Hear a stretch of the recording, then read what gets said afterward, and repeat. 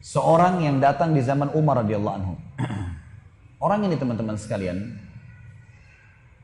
kebetulan Umar lagi duduk. Umar bin Khattab ini suka duduk selesai antara sholat dengan sholat, kayak duhur ke asar, asar ke maghrib. Umar sering duduk di rumah, di masjid, terus dengerin keluhan-keluhan orang. Ada yang punya cerita, sampein gitu kan.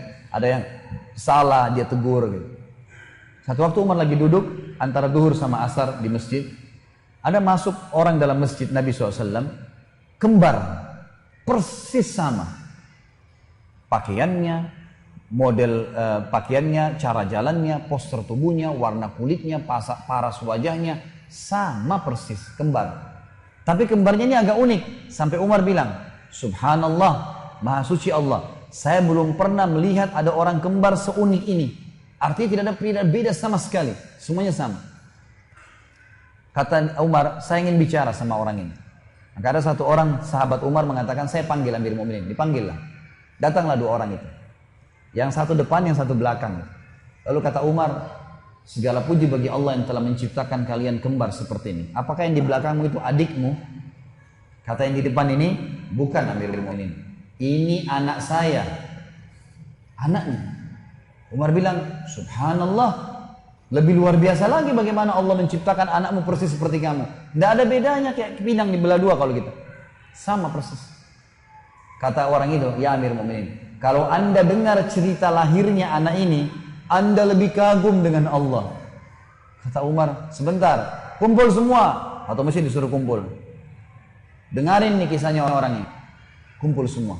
Karena dia bilang, kalau anda dengar kisah lahirnya anak ini, anda lebih kagum dengan Allah. Perkataan dengan lebih kagum dengan Allah ini yang menarik bagi Umar. Kumpul semua, dengarin nih. Kita dengarin semuanya, dengar, duduk. Mulailah cerita orang ini. Dia bilang, ya Amir Mu'minin, umur anak saya ini 19 tahun. Yang lalu, 19 tahun yang lalu, saya pernah berjihad. Pergi jihad. Waktu saya pergi jihad ini, hari pertama saya mau jihad, istri saya lagi hamil, saya baru nikah. Istri saya hamil, ada panggilan jihad, saya mau pergi berjihad. Istri saya sedih, karena saya mau pergi jihad, kita masih baru nikah, baru berapa bulan, dia juga dalam kondisi hamil. Saya tahu kesedihannya, takut sendirian. Maka sebelum saya keluar dari rumah, saya pun memegang perutnya sambil berkata, saya menitipkan bayiku ini kepadamu ya Allah. Itu bahasanya. Saya titipkan bayiku ini kepadamu ya Allah. Lalu dia bilang, orang ini bilang, saya bilang sama istri saya, tenanglah, Allah akan menjaganya. Istri saya pun pasrah, saya pun pergi jihad. Saya jihad selama 9 bulan, dia bilang. 9 bulan di medan perang. Setelah 9 bulan saya berpikir, kayaknya sudah tiba masa melahirkan istri saya. Saya ingin balik ke Madinah, ingin melihat. Kembalilah dia. Dia dari kota pindah ke kota jihad. Dia kembali. Waktu dia kembali teman-teman sekalian, dari peperangan itu, dia bilang, Mun, saya tiba. Lalu saya ke rumah saya, nggak ada istri saya. Saya datang ke rumah kerabat saya tanya, kata mereka, istrimu baru meninggal kemarin. Baru meninggal kemarin. Kata dia, bagaimana ceritanya? Sempat melahirkan? Nggak sempat. Meninggal, biasa. Tidak ada sakit, tidak ada apa, meninggal. Baiklah. Dia bilang, kalau begitu, saya besok akan kembali ke medan perang, medan jihad lagi. Malam ini saya tidur di rumah saya. Tapi bisa nggak tunjukin di mana kuburan istri saya di Baqi, di kuburan Madinah? Kata mereka, baiklah. Kebetulan sepupu-sepupunya ada beberapa orang. Ikut. Jalanlah sama-sama ke Baqi. Pas tiba di Baqi, ada fenomena yang dia lihat agak unik menurut dia. Jadi di atas kuburan istrinya itu seperti ada debu. Dan seperti kalau kuburan baru ditutup, masih ada debunya. Kuburan lain kan tidak ada begitu, cuma kuburan istrinya saja. Lalu dia bilang, ada apa kok? Kuburan istri saya kapan kalian kubur? Kemarin atau baru sekarang? Kata mereka, dari kemarin. Kok seperti baru dikubur, masih ada pasir-pasir, masih ada debu-debu. Apa ada yang gali kuburan istri? Dia bilang enggak. Dari kemarin, kata sepupu-sepupunya, dari kemarin semenjak kami kubur istri kamu, begini keadaan kuburannya.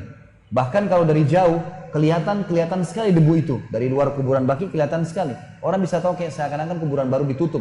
Padahal dari kemarin. Kata suaminya, demi Allah saya tahu istri saya solehah. Gak mungkin ini tanda keburukan. Pasti tanda kebaikan. Karena istri saya sangat baik. Patuh dengan saya, jaga ibadahnya dengan Allah, gak mungkin. Ayo kita gali. Digali sama dia. Dia bilang, ya Amir Mu'minin, waktu kami gali kuburan istri saya itu, kami menemukan jenazah istri saya masih utuh, gitu kan? Dan anak ini, ditunjuk anaknya, lagi ada di bawah rahim istri saya, lahir, menangis bayi ini. Saya pun menggendongnya dan saya dan seluruh sepupu saya ini mendengar suara, "Hai fulan, ambillah anakmu yang kau titipkan pada Allah." Dan kami demi Allah tidak tahu dari mana suara itu. Lalu saya pun mengambil anak saya. Sambil dia nangis dia mengatakan, "Demi Allah ya Amirul Mukminin, kalau saya waktu itu mengatakan, ya Allah, aku titipkan istriku juga padamu, maka istriku pun aku yakin belum mati sampai sekarang." Bagaimana kekuatan seorang mukmin sama Tuhannya, teman-teman. Dan memang itu inti daripada agama kita sebenarnya. Bagaimana kita berdoa, beribadah, yakin kalau Allah Azza wa Jalla itu ada. Dan ada ribuan kisah yang seperti ini teman-teman sekalian, yang berhubungan dengan kesolehan orang-orang yang sudah mengenal Tuhannya. Bahagia. Mereka sangat bahagia, musibah bisa dilaluin, nikmat bisa disyukurin, segala macam hal bisa menasihatin orang, dan seterusnya. Ini hal yang paling mendasar dan tinggal sabar. Orang beriman teman-teman, kita semua ini. Tinggal sabar. Sekarang Anda tinggal jalankan aktivitas sehari-hari, azan, sholat, puasa kalau puasa, sedekah kalau pas sedekah, baca Al-Quran, jaga amal soleh, jaga diri dari maksiat, jangan riba, jangan dusta, jaga semua itu. Sampai mati saja. Sampai mati saja. Mati demi Allah masuk surga. Surga itu bukan dongeng teman-teman. Keyakinan seorang mukmin, rukun iman kita yang kelima, hari kiamat. Hari kiamat masuk dalamnya kematian, alam barzah, hisab, surga dan neraka. Itu dasar. Hadis Nabi SAW ribuan, ratusan yang menyebutkan masalah surga dan neraka ini. Ada semua. Ini fenomena bukan main-main. Daripada Anda menjadi orang yang bermaksiat, jelas dadanya sesak, tidak tahu harus kemana arahnya, dibenci oleh Allah dan hukumannya ada. Maka jadilah orang-orang yang baik teman-teman sekalian. Sabar sedikit dalam ketaatan, maka kita akan mendapatkan yang terbaik insya Allah.